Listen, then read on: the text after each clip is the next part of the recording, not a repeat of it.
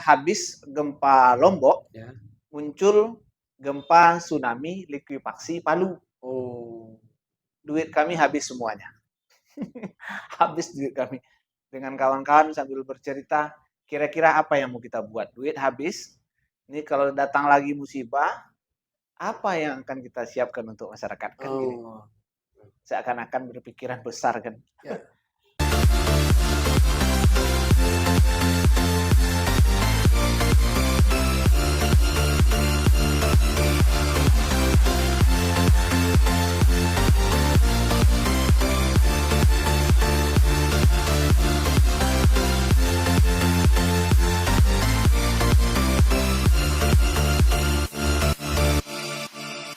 Assalamualaikum warahmatullahi sobat Riomek. Kini kita podcast kembali di Riomek TV. Kali ini bersama saudaraku Roni, Nurse Roni Saputra, Iya, Bang. MKes. Ini beliau akademisi, terus juga entrepreneur dan aktif di kemanusiaan. Baik, apa kabar saudaraku Roni? Alhamdulillah sehat, Bang. Sehat ya? Alhamdulillah. Mungkin inilah profil singkatnya lah. Roni lahir di mana, terus sampai aktif di Dunia aneh-aneh ini, Bang. dunia yang lainnya. Iya.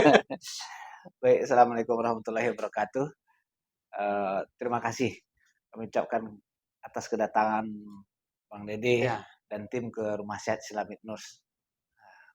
Pertama-tama saya kenalkan dulu, nama saya Roni Saputra. Banyak panggilannya sebenarnya kan. Ada yang panggil Daron, ada yang panggil Pak Mantri, macam-macam panggilannya. Iya. Terserah mana yang senang aja kan. Lahirnya di Sumatera Barat. Ya. Kalau kampung kecilnya mungkin kampungnya Kacang, jadi agak aneh. Kampung ada namanya Kampung Kacang. Ya. Kacang ya Bang ya? Iya. Kacang. Tapi tidak direbus Bang. Nggak direbus ya? Nama kampungnya Kacang. Kampung kami itu namanya Babuan. Ada jambu, ada Oh. kacang, ya Iya, begitu. Ada nama daerahnya Kulit Manis. Nah, jadi entah kenapa itu sejarah orang dahulu lah ya. Pendidikan formalnya itu biasa seperti SD, SMP, SMA. Ya. Terus di sini di Riau mulai dari D3 keperawatan. Oh, hijrah ya? Hijrah. 3 keperawatan itu di Muhammadiyah. Oh, dia. Muhammadiyah. Dulu di Kiai Haji Ahmad Dahlan. Ya. Terus ke S1 Unri dan S2 di sekarang Universitas Hang Tuah. Nah, hari-hari aktivitas saya itu ya seperti yang Mang Dede sampaikan, ngajar di Universitas Abdurrahman, Ya. home base-nya, dan ada beberapa kampus juga. Terus sore berpraktek di kesehatan Islam di Bunabawi. Kalau yang lain sebut sehat ala Rasulullah SAW. Kita enggak kesehatan Islam saja. Ya. Kalau aktivitas kemanusiaan itu memulai aktivitas kemanusiaan itu sejak dari kampus, tapi kecil-kecilan. Ada bencana, terus kita pinggir-pinggir jalan ngumpul-ngumpulkan dana. Tapi memulai mengikuti ke Indonesia itu mulai dari Aceh, kejadian Aceh. Tapi bukan gempa tsunami Aceh. Iya. Kejadiannya itu gempa Pidijaya. Yang itu cukup besar. Nah, sudah itu baru masuk ke semua daerah-daerah yang ada di Indonesia. Yang terakhir itu di Cianjur. Cianjur. Ini profil singkatnya nih Bang. Ya. Kalau anak dan istri 1. Ya. Tapi tidak minta izin Bang. Iya. Istri tetap 1, anak 3. Ya aktivitas hari-hari seperti biasa Bang. Yang lain-lainnya. Mungkin itu profil singkat Bang. Baik, Saudara Roni. Ini awal adanya Rumah Sehat Islamic Nurse itu gimana nih? Sampai pengen jadi entrepreneur nih. Gimana?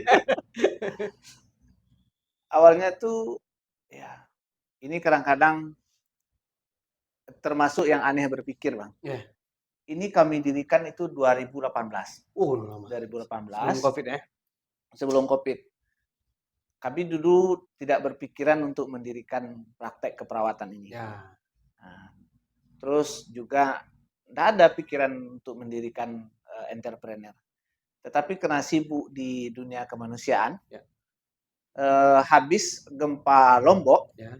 muncul gempa tsunami likuifaksi Palu. Oh. Duit kami habis semuanya. Habis duit kami. Dengan kawan-kawan sambil bercerita, kira-kira apa yang mau kita buat? Duit habis. Ini kalau datang lagi musibah, apa yang akan kita siapkan untuk masyarakat? Kan gini. Oh.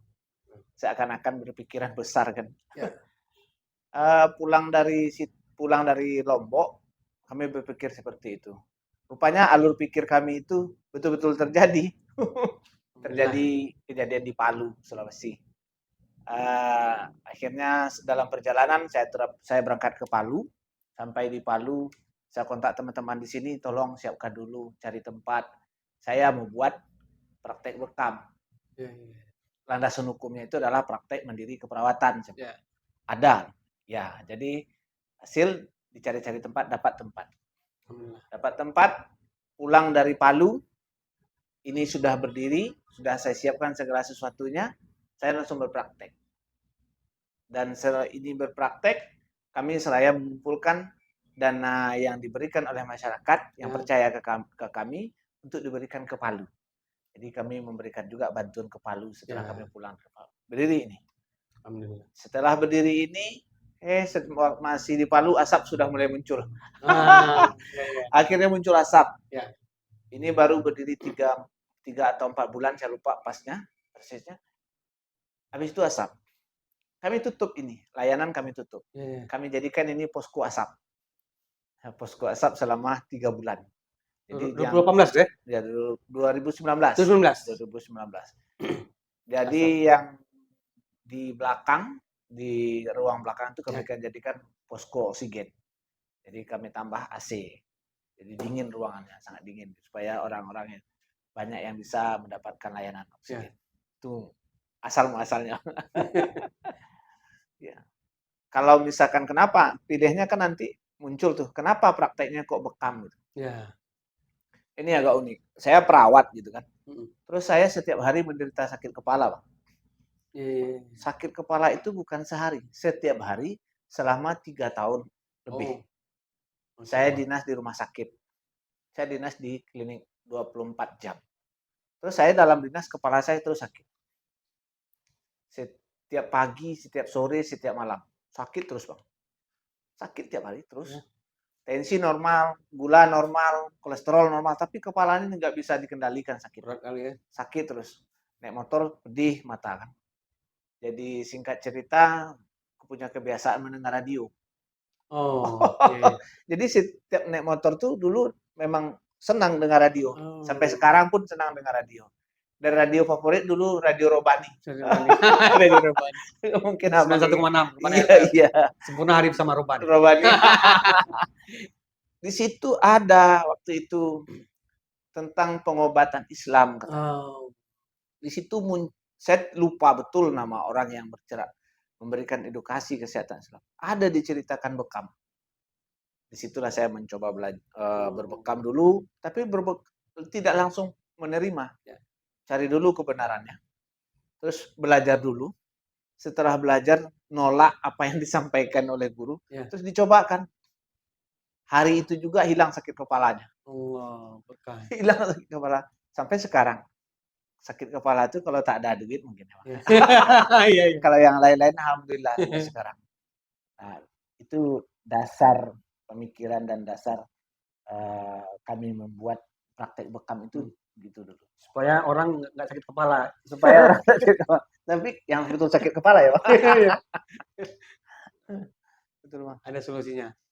Terus saya lihat Roni ini lihat di Facebooknya, di IG-nya itu rutin juga di kemanusiaan lah, khususnya Kementawai itu. Itu ada kerja apa di situ tuh? Kerja apa?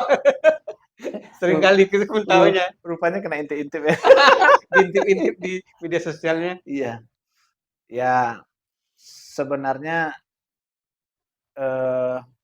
ini nih entah hobi, entah senang, nggak tahu juga. Tetapi selalu ada keinginan untuk melakukan itu. Makanya Rumah Sehat ini visi dan misi kalau secara manajemen tidak banyak-banyak. Kami turunkan dia ke dalam bentuk moto.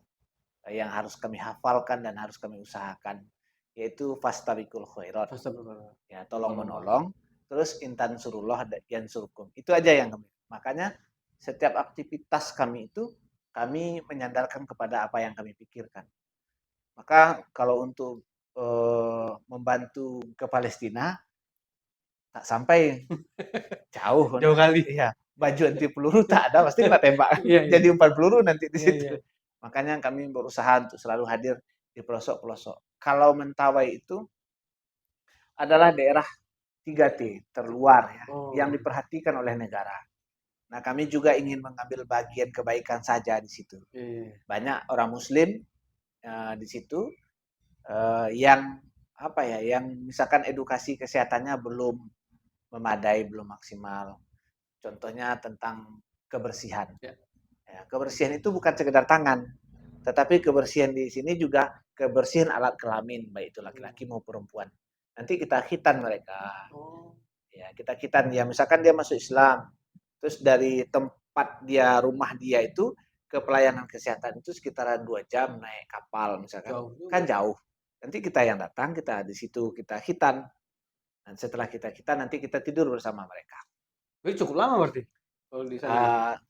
Biasanya 21 hari. Hari. Ya, sekalian diskusi-diskusi apa-apa saja yang bisa dimanfaatkan nanti di masyarakat. Nah, terus yang kalau di daerah-daerah terpencil atau terluar itu, selain daripada kesehatan, gizi atau nutrisi itu juga sering bermasalah. Iya, iya, iya. Karena transportasi dari kota besar ke pelosok itu kan sulit. Kalau ke Mentawai itu kalau naik kapal besarnya itu kapal barang itu sekitaran 12 jam perjalanan. Lumayan juga. Ya, ombaknya juga tinggi, Bang. Iya. Ombaknya tinggi. Maka kami melihat, oh, di Indonesia tidak boleh adanya stunting lagi. Iya, iya, iya. Apalagi orang-orang yang di pelosok. Tidak ada stunting. Ini program-program yang kami usaha bantu. Kalau kita sebut ngapain juga dibantu orang di situ, kan ada pemerintahnya. Ya, pemerintahnya juga ada, tapi kan sibuk juga dengan masyarakat yang lain yang banyak, begitu banyak yang dilayani. Mana yang bisa-bisa kita usahakan, kita usahakan. Untuk yang penting meringankan dikit lah. Meringankan sedikit. Beban mereka. Ya, kalau banyak-banyak nanti jadi anggota dewan. Iya, iya. Selain apa aktivitas ini ada juga apa kira-kira kemanusiaan dan lain? Nah, sebenarnya kami fokusnya itu di dua saja, yang di rumah sehat ini, pelayanan kesehatan dan fokus juga di kemanusiaan. Kemanusiaan. Kami fokus di situ. Misalkan lebih kepada bencana. Bencana.